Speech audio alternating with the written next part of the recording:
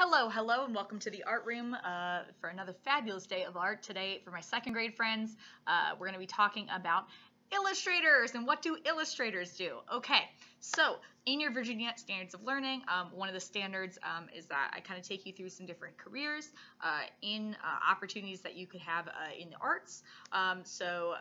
For instance, in the past, we did a lesson recently about architecture, so you know that an architect is an artist who designs buildings. All right, today we're going to be talking about illustrators. Illustrators are when you're looking at your favorite book, all right, and the person who drew all the illustrations, all the pictures in your book, that would be an illustrator, right? So they make pictures for books.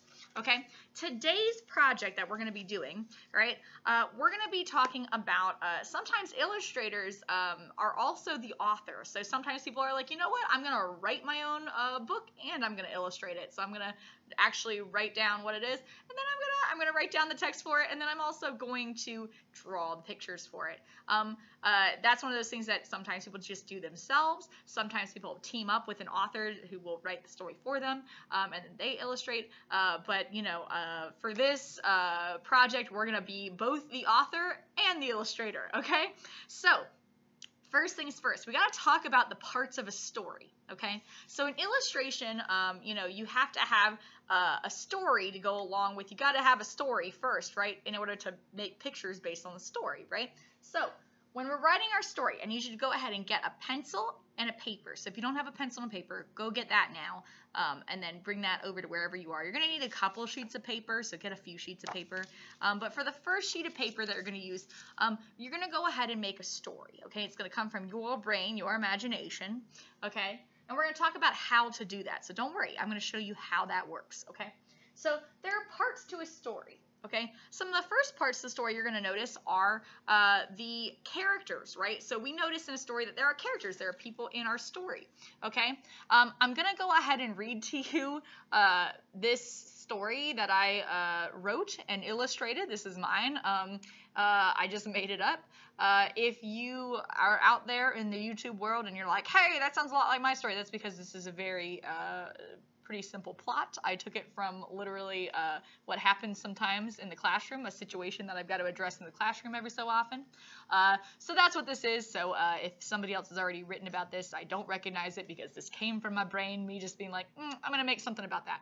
All right, this book is called Bunny and Kitty, the Two Best Friends. And you can see that 2 is scratched out. It says 3, and then somebody added and puppy.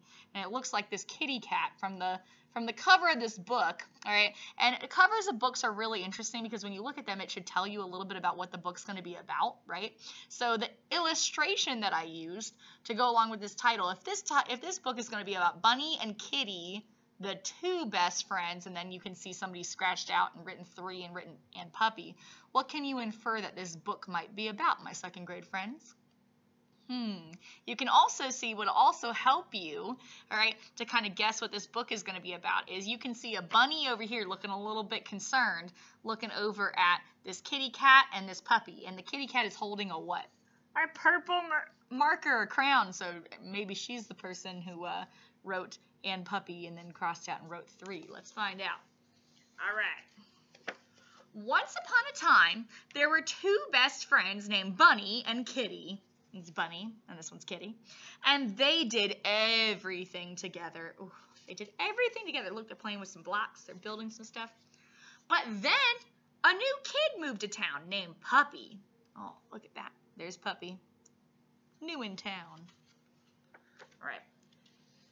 And Kitty started playing with Puppy during recess. And that made Bunny mad. Oh, look at that. Bunny is over there looking mad. So you see how along with what the story is saying, I drew on the other side of the page, I drew, all right, the situation that I just described. So I drew, you know, the Bunny and Kitty are playing together at recess, and or Kitty and Puppy are playing together at recess, and Bunny's looking a little bit upset about that. Won't you come play with us, Bunny? Asked Kitty. No, said Bunny. I thought I was your best friend, Kitty. Aww. So Kitty's saying, won't you come over here and play with us? And Bunny's like, no. I thought I was your best friend. Kitty was surprised. Why, of course you are my best friend, Bunny. Don't you know? A friend's heart is very big, and there is room for all three of us to be best friends. Oh, see, he looks a little happier now. He said, wait, what? We can be best friends? Bunny blinked. You can have two best friends? Of course you can, said Kitty. Now will you please come play with us? So he's surprised. He said, I didn't know we could all be best friends. And he did. The three best friends built cool block creations together every recess. The end. So at the end, you can kind of see they're all happy now. He's like, you know what? We can all be best friends. I don't need to just have one. I could have two best friends. Okay, so that's a little book that I wrote. Like I said, if anybody out there is like, you know, hey, I wrote something like that. Well, that's because it was a pretty easy plot point. Came from my brain, came from, like I said, in the classroom sometimes. That's a situation I got to explain to friends. So went ahead and wrote and illustrated this. All right. We're going to be making our own books, so we're going to be both writing and illustrating, so we're going to be making the pictures for it as well. I'm going to show you how to do that. So, but I wanted to show you that there are characters. So first you got to choose, so go ahead and write down on your paper that you're going to be writing on, okay? This is the one we're going to write down what you want your story to be. All right, so you're going to go ahead and write down the characters that you want to choose. I chose a bunny, a kitty, and a puppy, but you can make up your own characters. So pick some characters out, you know, design some characters. Maybe you want it to be a robot, or maybe you want it to be a unicorn, or, you know, it's up to you. But go ahead and choose which characters you're going to use for your story. Okay, so write down your characters. Next part is to design the story, okay? So this is how that's going to work. My second grade friends, the story starts with a beginning, okay? For your story, I'd like you to start with Once Upon a Time, just like I did, because Once Upon a Time is like a fairy tale beginning, which kind of helps. It's really good for, especially if this is your first time writing a book. This is a really good one to kind of jumpstart your imagination, because you're like, okay, well, once upon a time, and it could be anything. Like I said, the situation could be a fairy tale, so it could be something magical that happens. Maybe it's fairies and I don't know, a T-Rex or something. It could be magical. That's really up to you, but you need to have a beginning of the story. So you need to introduce the characters, just like I did right here, right? I said there were two best friends named Bunny and Kitty, and then I showed on the next, so that's what the words say, and then on this side I showed Bunny and Kitty. All right. And if you're worried at all during this project about spelling, normally if we were in the classroom, I would kind of like be walking around and like helping you out with any spelling questions you have. Whoever your grown-ups are that you're with right now, you know, ask them for any spelling help and all of that, you know, and they can kind of help you out with getting that all squared away. But, you know, go ahead and start by writing, okay, how am I going to introduce my characters? You know, what am I going to call them? I went very simple with mine to keep it simple for me. I just chose Bunny and Kitty because they're Bunny and a Kitty. All right. And then there was a middle of the story. So this is very important. So then something happens to the characters, okay? So you need a beginning of the story where you introduce the characters. You need a middle of the story where something happens to the characters, okay? In my story, I chose to make it a story about, all right, I chose to, when I was thinking about what I wanted to write a story about, I said, you know what, I want to write a story about how, you know, sometimes we get a little hung up on our friends playing with other friends, and we kind of need to get more in the idea of like, hey, we can all be friends. So that's what I wanted to write my story about. So I said, okay, well, what's going to be the thing that happens to my characters in the middle of the story? And I chose, because Bunny and Kitty were best friends and they were like doing their thing and they were happy. I said, what if a new kid moves in, Puppy moves in, and then all of a sudden Puppy and Kitty are playing together a lot. And Bunny's kind of like, wait, what about me? All right. So that's the plot part. So that's the part where something has to happen, because you would be really bored if your story was just about the characters and nothing happens to them. They just are the characters. That you'd be bored, right? In all stories that you like, think about television you watch or books that you read, and or video games you play, and all of those things, there's a story. There's something that happens to the characters. So pick something that's going to happen to your characters. Okay, so that's the middle of the story. And then the end of the story is the part So there are 3 parts. Remember, beginning, middle, end. All right, the end of the story, of course, is the end. And I actually ended mine, and I think you should try doing that too. End your story with the end. That way, like, you can kind of say, okay, in my mind, like, that's where it ends. But the end is really, how are your characters, how are your main characters going to resolve what happened in the middle? So something happens to the characters in the middle.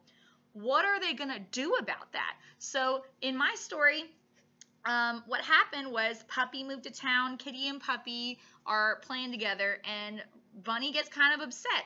And Kitty just nicely explains, when Bunny's like, oh, I don't want to play with you. Kitty just nicely explains, but we can all be friends. Like, we can now be 3 best friends. You know, and that's how they kind of resolve it. And in the end, on my last page, they're all sitting together. I drew them sitting together, playing with the blocks and building together.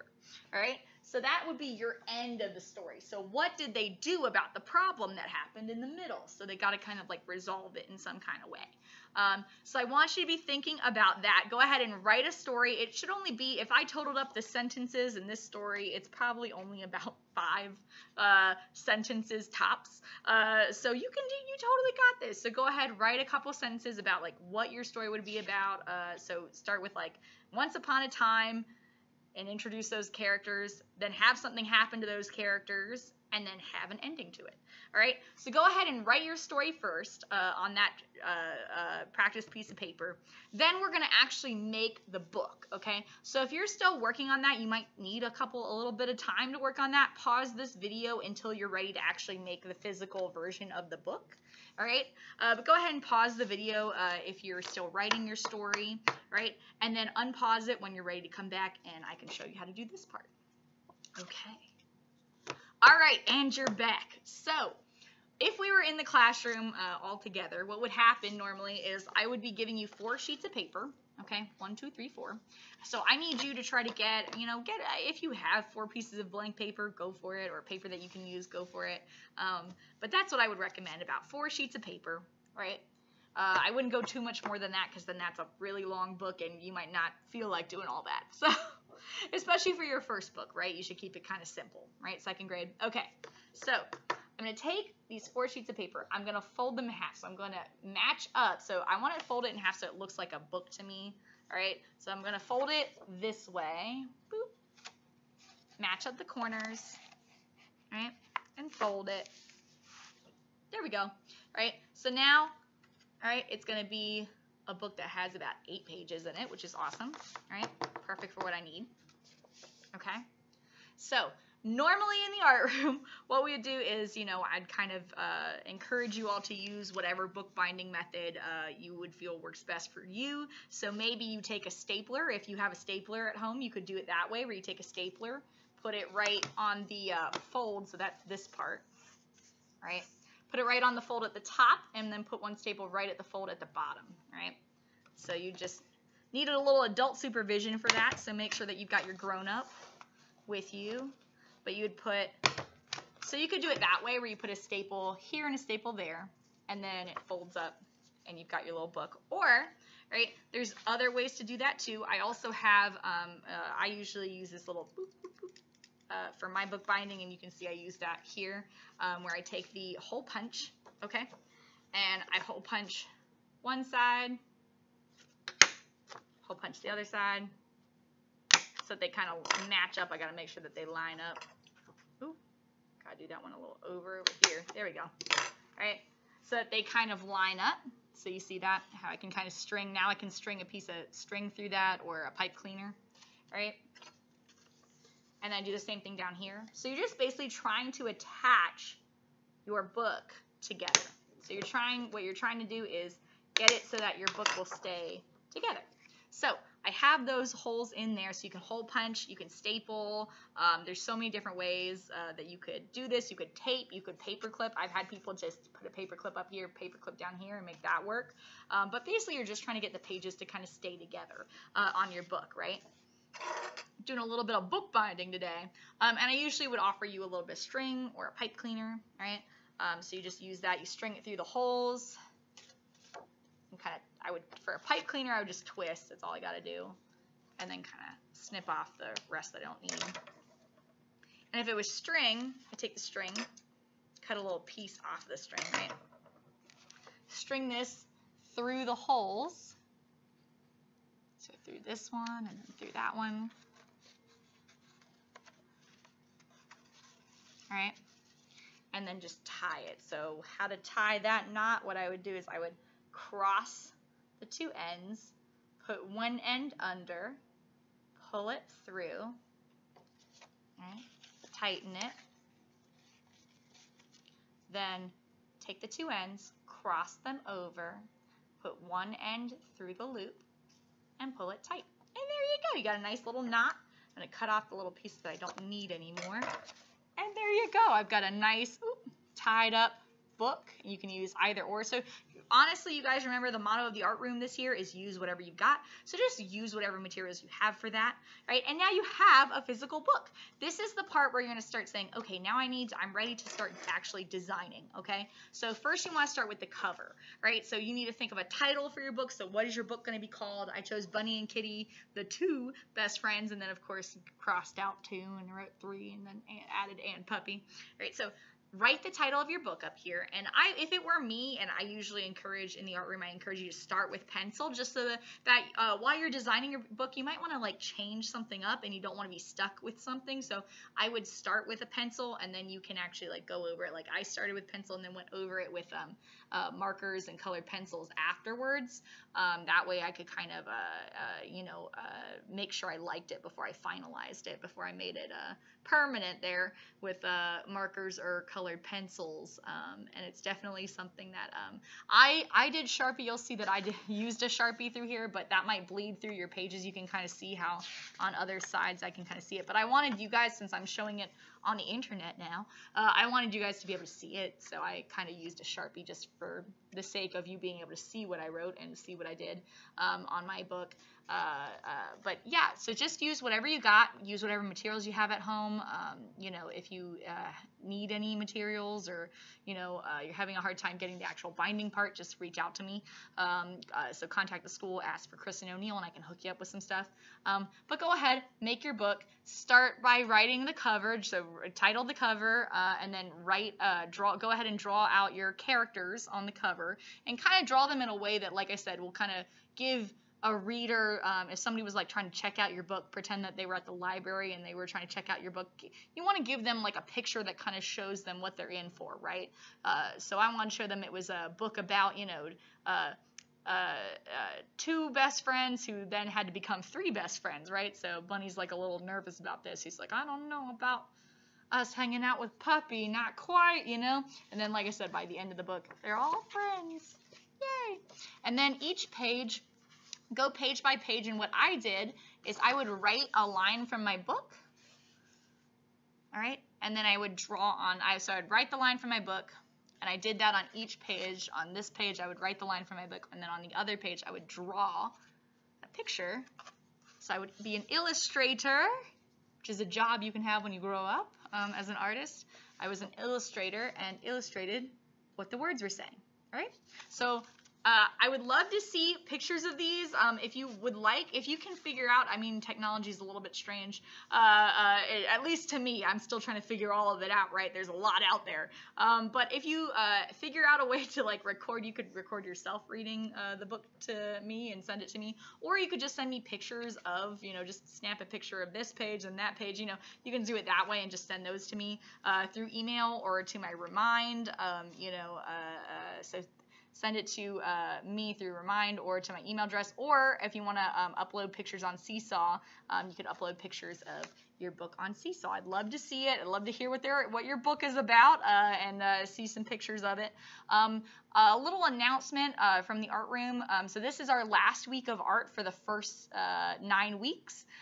So we've just this is our last week in the first 9 weeks of school. So remember, you have 3 art projects due to me by October 15th. Make sure you do those, turn them in, and your second grade friends, so you can look through Seesaw and and kind of see which ones you've done or which ones you haven't done.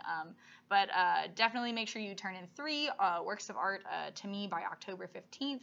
That will finish up the first 9 weeks, right? And how things are working, because I'm talking right now to my friends that about October 15th. I'm talking to my friends that go to the elementary school where the tiger is the mascot, okay? Because that's where I am right now. Right now I'm working at the school where the tiger is the mascot. For the first 9 weeks. We're about to switch over to the second 9 weeks, and I'm moving over, I'm switching, because as you guys know, music and art switches.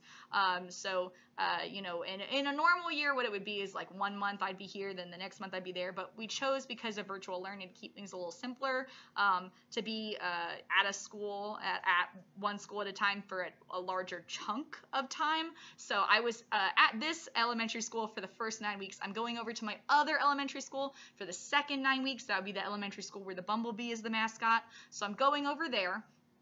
So you won't have art for the second 9 weeks, like you won't have anything due to me for the second 9 weeks. So you don't, if you're at the elementary school where the tiger is the mascot, you don't have anything due to me for these second 9 weeks because you're on the music rotation. If you have any questions about how the music rotation will work, please don't contact me with those questions. Please contact our school administrator, so our principal, and please ask them questions about that instead of directing those questions to me, because they're going to have more information than I would have, right? So definitely contact them if you have any questions about music. But that's how art's going to roll. So I've been here for the first 9 weeks. You're going to have in this school the tiger with the mascot, or the school where the tiger is the mascot. You're about to have music for the second 9 weeks. I'm going to go to my other school, and because they've been having music, so that's how it kind of switches out. So I'm going to go over there and do art for them over there. I'm going to still try. I kind of have to see how my schedule works over at the other school. I'm going to look and see. Hopefully I'm going to still be able to post weekly videos to the YouTube channel. So I won't be putting anything on Seesaw for you, but I will be posting. I'll try to at least post K through 5th grade art lessons on the art YouTube channel. So even though you don't have any artwork to turn in for the second 9 weeks, if you're at the elementary school where the tiger is the mascot, and you wanted to still do a little bit of extra art, you could still check the YouTube channel. So just like maybe bookmark the YouTube channel on your browser or whatnot, and just kind of check it every so often to see if there's weekly art updates there. But like I said, I can't promise that I'll be able to do that over there right now, just because I kind of have to see how my time will have to work over there. Okay. So anyways, that's the announcement from the art room. If you have any questions about how art will roll, contact me through Remind or to my email. And I will be seeing you guys. Great job for this first 9 weeks. Bye.